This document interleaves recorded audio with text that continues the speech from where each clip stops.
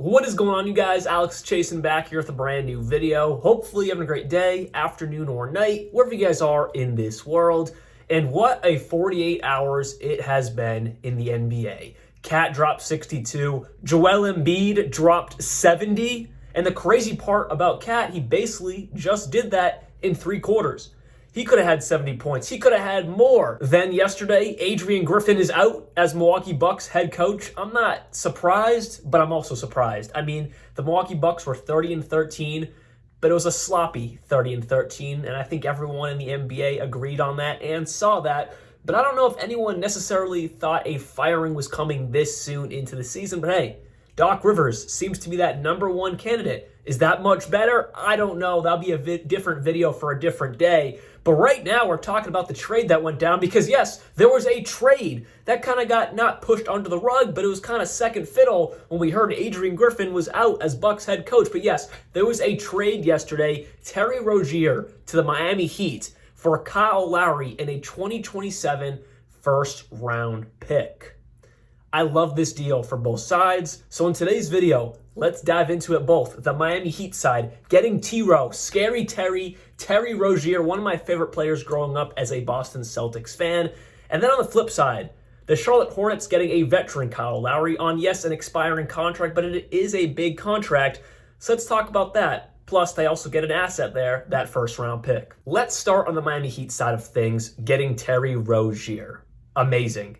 Great value for Terry Rozier, just giving up 1 first-round pick and getting rid of someone who is not bad, but he's aging. And he's not giving you the same production he once was, or not nearly the same production, obviously, he was doing earlier in his career. So it made sense to move a big contract, an expiring contract. They probably didn't really know what they were going to do with Kyle Lowry this offseason. Were they going to let him walk? Were they going to re-sign him? But now you have someone in Terry Rozier who is a bucket getter, has always been a bucket getter since when he was a rookie in the league. At his very young stages on the Celtics, he's always been able to get buckets. But now he's doing it at a not quite all-star level, but very close, averaging around 23 points per game, 4 rebounds a night. And he's also giving you around 7 assists a night as well, what answers a key issue for the Miami Heat.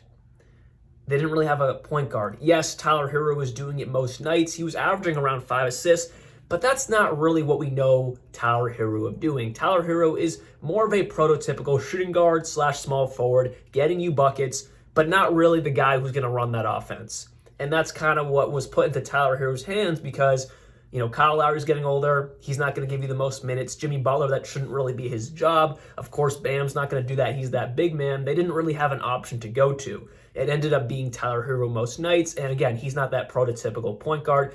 He is more of a shooting guard, small forward, that type of role, getting you buckets when you need them. Whereas Terry Rozier is a bucket getter, but he is a point guard by nature. He can run an offense, run that flow, and he's going to bring that to Miami. And this is a Miami Heat team that has never, especially with Eric Spoelstra, Pat Riley, defense has never been the problem. Defensively, they were one of the highest rated teams in the league. They give up the 5th least points in the entire league. But on the contrary, scoring wasn't their best this season so far. Yes, they have stars on the team, Jimmy, Bam, Tyler Herro, but the depth, and yes, Jaime Jaquez Jr. is having a great rookie season. But after those top guys, scoring, it was kind of difficult to come by, and it reflects in their record this season of being the 6th seed in the East, 24-19, not quite around 500, but they're closer to around 500 than the other way around. And because they're only scoring 110 points per night, they score the 27th most points in the league. That's an issue. So by bringing in someone like Terry Rozier, who averages around, 13, 14 more points than Kyle Lowry was offering to this team. Now, of course, bringing in Terry Rozier, his PPG, and it's probably the guys around him, Jimmy Butler, Tyler Herro, Bam, they're going to take a little bit of a hit in the PPG, but it brings another option to the table that they didn't have before, getting Terry Rozier. So this is an amazing move for the Miami Heat. This is a Miami Heat team also who really struggled in the regular season last year, figured it out, was the 8th seed, made it out of the play-in tournament, made it to the playoffs. We know the rest of the story, going to the NBA Finals, of course. But yes, this Miami Heat team, they always make the right moves at the right time. Now, they lost out on Damian Lillard. They lost out on Drew Holiday. I was saying this, I forget which video it was, but I was talking about, are they going to lose out on someone else? It might have been about Zach LaVine or DeJounte Murray, one of those 2 videos like a month or 2 ago. And I think it probably was about one of those two. Were they going to lose out on another point guard? Did I think it was going to be Terry Rozier? No, but I am not surprised in the slightest because the Charlotte Hornets are really bad. They want to sell some of their, hot commodities that aren't their young guys like LaMelo or Brandon Miller. I think those are probably the only two, maybe Mark Williams as well. I'd say those three guys are probably the only safe guys on the roster. Everyone else is movable. We just saw another rumor that now they're going to look to move Miles Bridges, possibly. PJ Washington, you never know. He's always, I didn't even think he was going to be on the Hornets this season, but look what happened. They re-signed him this past offseason. So the Charlotte Hornets are in one of those spots where they're going to look to move anything they can if your name's not LaMelo Ball, Brandon Miller, and I would presumably also think Mark Williams is safe as well. But everyone else on that roster is very movable. And then in that Woj report, after this trade went down, they were saying how they're not going to buy out Kyle Lowry, but they are going to look to move him again before that February 8th deadline, and because they want some value back. They want some picks. And there are some teams out there that would love a player like Kyle Lowry. And the thing is, it's probably not going to be one of those top echelon teams because a team like the Celtics, a team like the Nuggets, the Bucks, those top tier end teams in this league, they can't afford someone like Kyle Lowry either in the buyout market because they're over that second tax apron, and or of course they cannot acquire that big contract unless they move a big piece, which obviously they're not going to do for a Kyle Lowry. So maybe a team that has a lot of cap space that is doing well right now. Maybe you can look at a team like the OKC Thunder who have movable contracts and or just not a lot of money on the books because a lot of their young guys or a lot of their great guys are young and are still on rookie deals and or just they don't have many max contracts on that roster, of course. Or a team like the Orlando Magic, same situation. Teams that are good but aren't those top tier teams because those guys, they have no money to give and or this can't afford them or won't be able to get them since they're above that second tax apron in the buyout market. But again, it doesn't seem like they're going to buy out Kyle Lowry. It seems like they're going to be more looking to trade him before that deadline. And if I'm the Charlotte Hornets, if you're a Charlotte Hornets fan, I know Terry Rozier was the heart and soul of your team. That's kind of always been his role in Charlotte. He was that guy. I was going to say, is he the longest tenured guy on the team? It's either...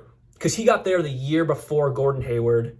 It's either Terry Rozier or PJ Washington. PJ Washington got there. He was the 2019 draft.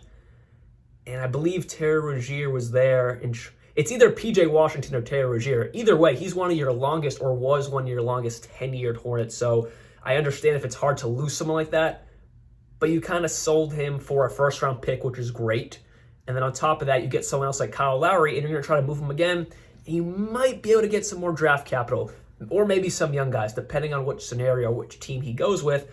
But then if you're looking to move guys also like Miles Bridges, you can get a first-round pick out of that for sure. And or if you're trying to look to move Gordon Hayward, that's not going to be as easy. But depending on the team, you might be able to get some assets there, some picks. Either way, the Charlotte Hornets are doing the right thing by getting rid of some of these older veteran guys. Miles Bridges is of course not an older veteran guy, but of course he was out all last year due to personal problems, not being the best guy off the court. You can kind of move that locker room problem, and you can probably, Brandon Miller is definitely turning into the star that we know he can be, and it's only going to go up from here. He dropped 30 points, a few nights ago? He is just, he is a bucket getter. Yes, I am biased.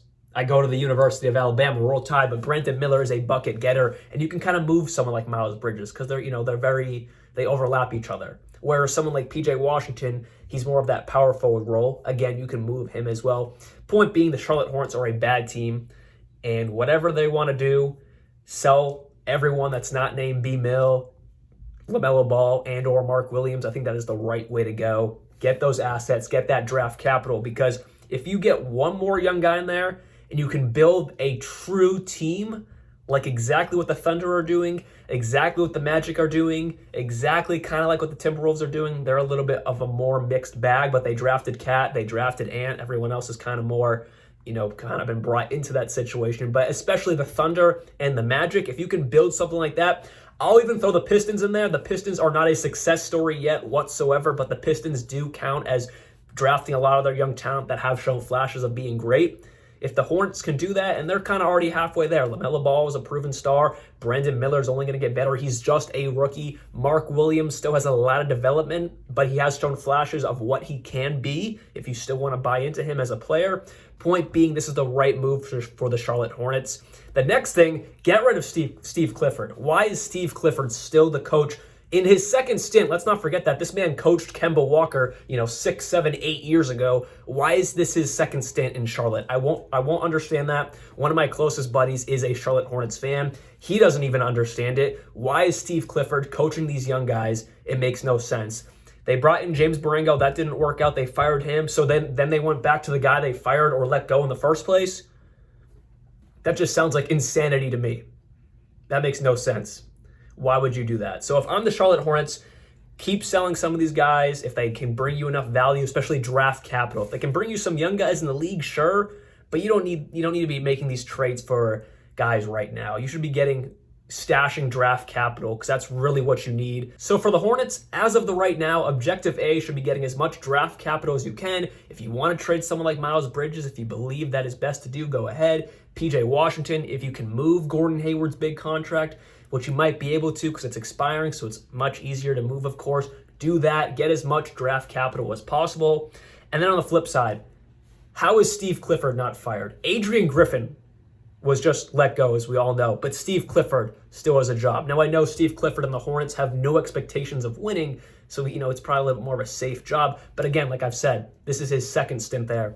Get a young coach. Who is that? I don't know. But in the offseason, someone will be there. Get a young coach who can grow with LaMelo, who can grow with Brandon Miller, Mark Williams, whoever you draft this year, whoever you draft the next year. Allow them to grow. Because having someone like an older mind as Steve Clifford, this is just not the right situation, not the right time frame for that roster.